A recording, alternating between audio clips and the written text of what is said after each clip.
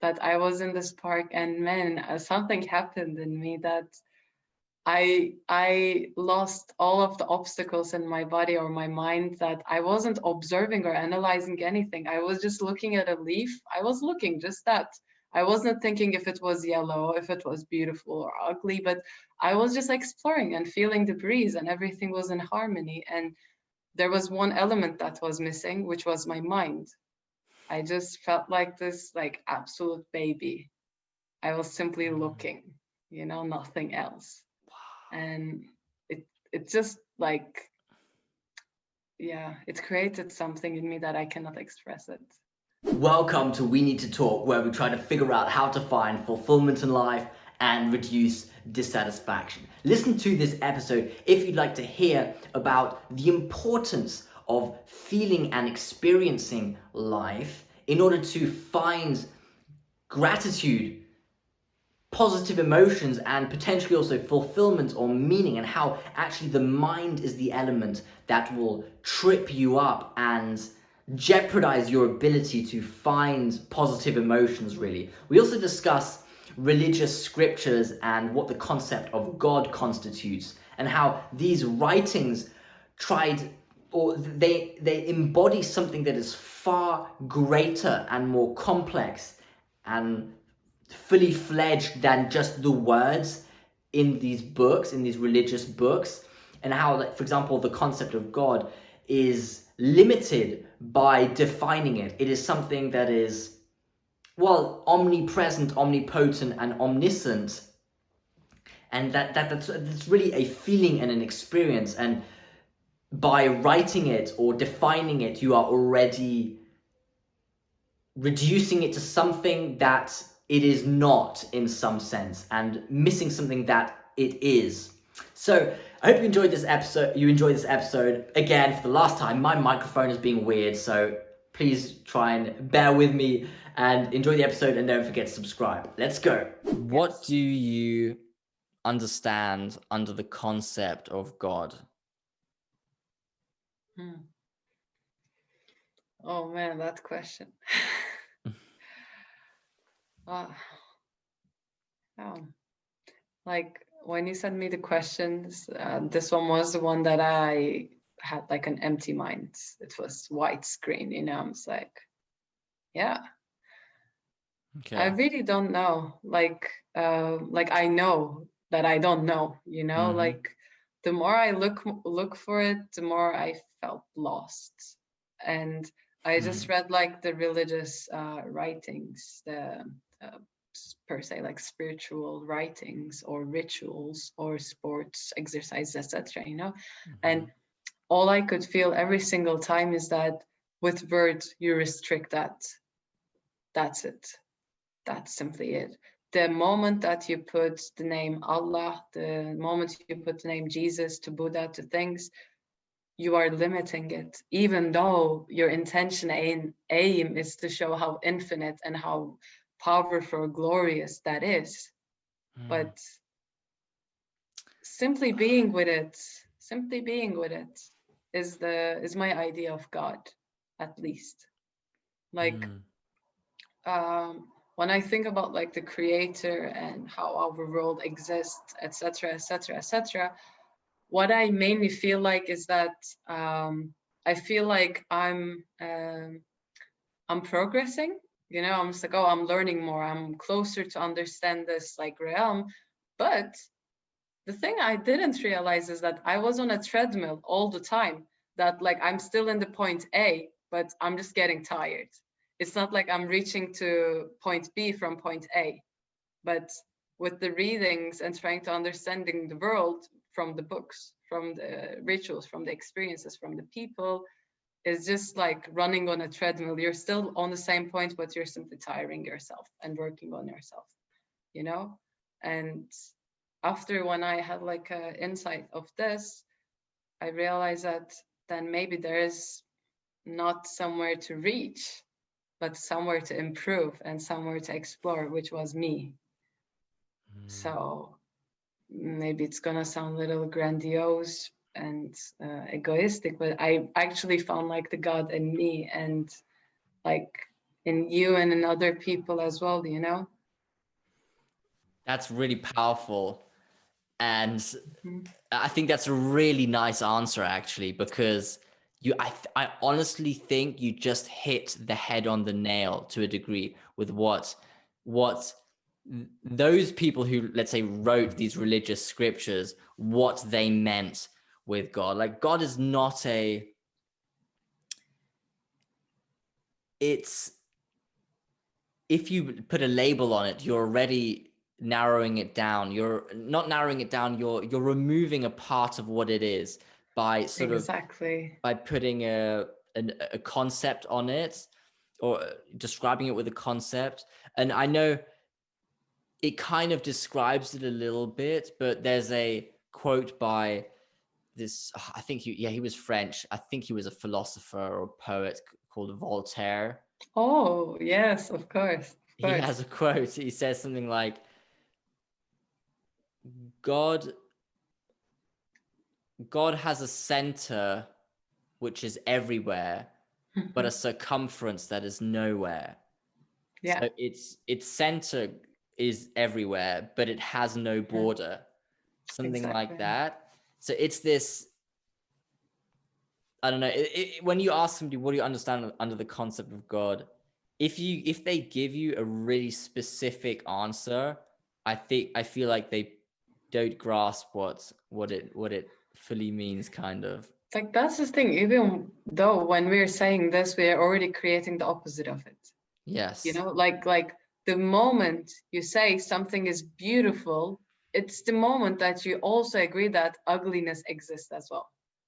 You know, in order for you to create something, there's like it's like matter and antimatter, you know, like so talking about God, when we are saying that he or she is powerful, we immediately think that there is something powerless, you Hmm. know? And that's what I saw in many of the writings and books as well, you know? So I just decided that there's no need for description. There's no need for explaining it, but simply feeling it. And actually, when I think, those books helped me to realize that. So they kind of inspired me with their writings that I shouldn't read them. So who knows? Hmm. Maybe they planned it in that way. You know, That's they're like, let's write it so detailed that they would be like, no, you know, like you never know. that's awesome. That's Yeah, really interesting, because yeah, I feel like these people who wrote it, they didn't write it, kind of like they were channeling something exactly. through into this writing. So Hmm. that's super Yeah, interesting. man. And like also just like something small. Did you read the book called like Siddhartha? No, I downloaded it. You told me to read it. I haven't read it yet, but I know Yes. it's Hmm. uh it's I think you would Buddha. yes, yes, but it's just like in my eyes like so much more than that. That's Mhm. it gives a very simple and original answer that we all Okay. actually carry, but another topic. Mhm. um like what it says in there that I resonate with it a lot, that you cannot teach wisdom, you can only inspire people. And I think it's the same with religious books. I don't think their intention was evil, good, bad, or something. They simply expressed their moment of enlightenment, moment of Mhm. freedom, you know? And some people who were not there yet read it and take it as a story, take it as like a poem that they create interpretations, create characters, create rituals with it, you know, which is also all right. But Mm. that wasn't what they felt or mean because they limited it with the words and with the materialistic stuff, which is normal. We need to share it. Mm. Yeah, It's kind of like the writing, the means of writing was just the best available way to uh-huh. communicate it. There's Exactly, like, exactly. that's sick. That's awesome. And Yeah, yeah, the thing with actually something Mhm. small like Go for it. Platon, like in the Middle Eastern name like Eflatun, he said something like he has a, wait, what was it? The more we write, the more we forget. So he just talks about like this unspoken feeling, and the more we put it into words, the more we are going to be distant from it. Wait, what's I his never name? understood it. Like Plato, actually. Oh, it's Plato. Exactly. Oh, Yeah. damn. I like his also name as well, like Eflatun, which is the Middle Eastern name of his, which is nice. Wait, Eflaton. Eflatun, yeah. Eflatun. Oh, interesting. I never heard that. Yeah. I don't know. Maybe it's a Turkish thing that we're saying. Who knows? But yeah. Could be. Wait, so the more I need to write that down because that's pretty interesting. The more we write, the the more we write, the more we forget. Yes. I don't know if he meant what I thought he meant, but it just works for me. So yeah. Well, it's this contradiction that, yeah, I think your interpretation makes sense. Yeah, it depends on you. The more you we do, like the more we do the thing we thought would help us, the more we move away, kind of, from specifically to trying to articulate ideas. Maybe. Yeah, maybe like what I understood from it was that the feeling itself is already there and it doesn't need anything. It doesn't need any tools. It doesn't need any representation, but we still do it. And that just creates this like barrier that creates a bridge while we are already in the center. Something's reacting with me within me, awesome. like in this conversation, because I feel like I'm like hearing something really important, something new. This is next level stuff, because I have spent since March recording one YouTube video every day where I'm trying to articulate some sort of intellectual idea about the meaning of life. And I recorded like 230 videos or something. Wow. But I went too much. I overdid it with writing, and when actually maybe I need to focus more on just experiencing and not talking, simply. Yeah, man. Okay, anyway. Like even though maybe this is like a little weird thing to say, but like the first things that you experienced in life was not about like written words or anything. It was just like the love from your mom and the warmth that you felt from your mom. And that's the moment where you felt safe and ready for the life. So maybe just simply go back to that very baby-like state where you're just silent. You have no idea what these words mean. They're like blah, blah, blah, blah, blah, blah, you know? And but you still feel good and safe. That's like the core of the feeling, I think. Like I had that I think yesterday or the day before, that I was in this park, and man, something happened in me that I lost all of the obstacles in my body or my mind, that I wasn't observing or analyzing anything. I was just looking at a leaf. I was looking, just that. I wasn't thinking if it was yellow, if it was beautiful or ugly, but I was just exploring and feeling the breeze, and everything was in harmony. And there was one element that was missing, which was my mind. I just felt like this like absolute baby. I was simply looking, you know, nothing else. And it just like, yeah, it created something in me that I cannot express it.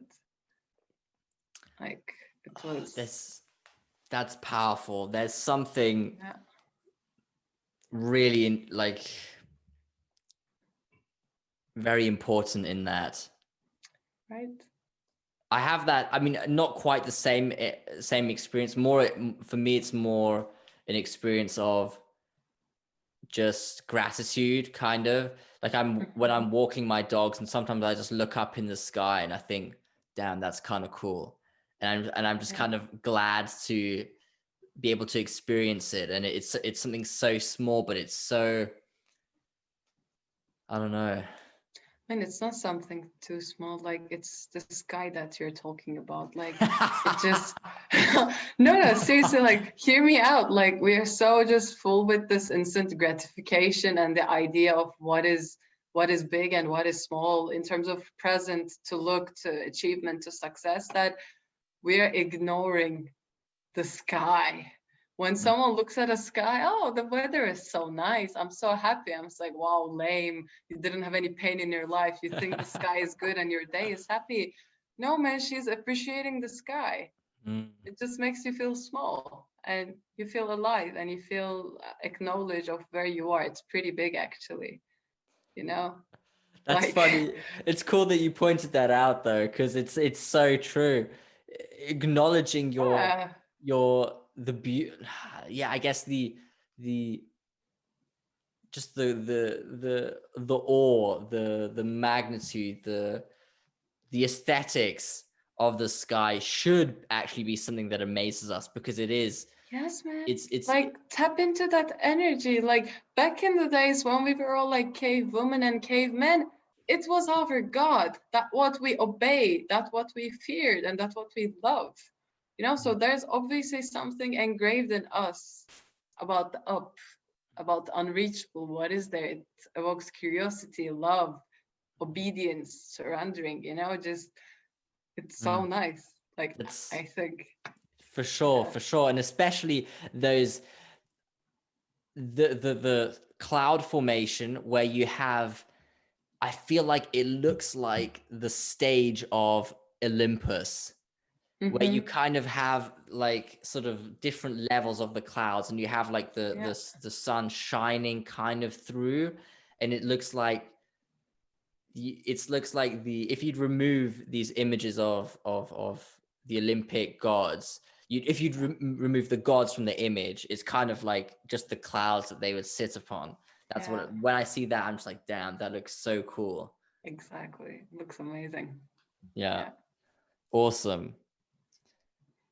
I think that was the excellent talk. Seriously, what we talked about is extremely important. I think this kind of contradictory idea that the core, the way you understand the whole of life is by living in the smallest, in the like the core of it. Like the way you see everything is by not looking. The way you Mm-hmm. understand everything is by not thinking. It's this kind of like Exactly. dynamic opposite. Oh, that's awesome. Yeah, I'm man. so this is a turning point for me. I can feel it, because That's so nice. I've been unconsciously anticipating, Uh, like I need this new, like I the answers I have found till now aren't explaining it. There's mhm. something I'm missing, and I think I'm Awesome, getting man. there now. So Just take your time. Try to tap to that feeling of whatever turning point for you is, just, yeah, yeah, just channel that energy and just see what it can actually bring up to you. yeah, I'll sit down and, well, no, I'll just let it flow and see Exactly, what it exactly. Don't even plan it. Don't even, I don't set, emerges. like, do a setting, like, Yeah. Well, I'll just try and let it go yeah, naturally. But yeah, exactly. Zay, thanks a lot for that talk. That was Man, thank you so very much much. needed.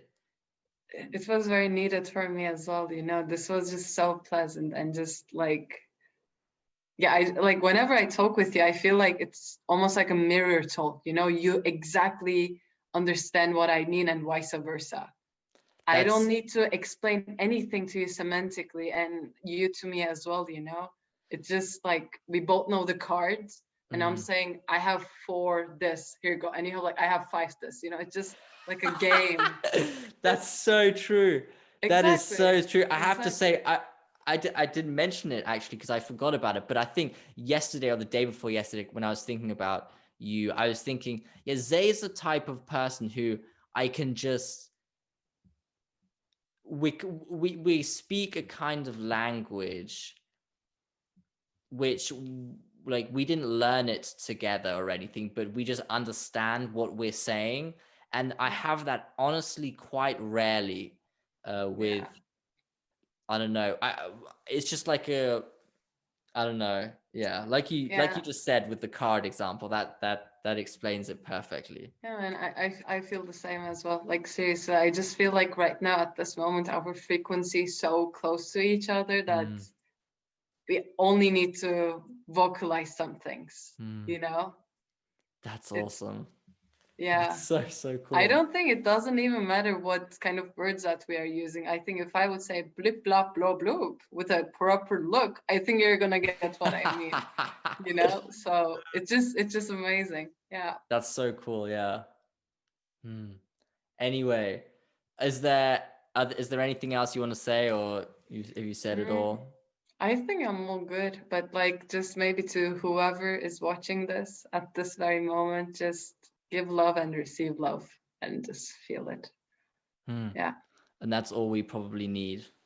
exactly. Awesome. Exactly. Okay. So thanks everybody for watching. I hope you could, I don't want to say learn something, but something could change within you, or something Yeah. you I could hope like interpret this something. inspired you in a way that you need it right now. I hope we gave what you need to hear, you know? Yeah, Yeah, exactly. Not what you want to hear, but what you need to hear. exactly. Exactly. Awesome. Okay. Thanks everybody for watching. See ya.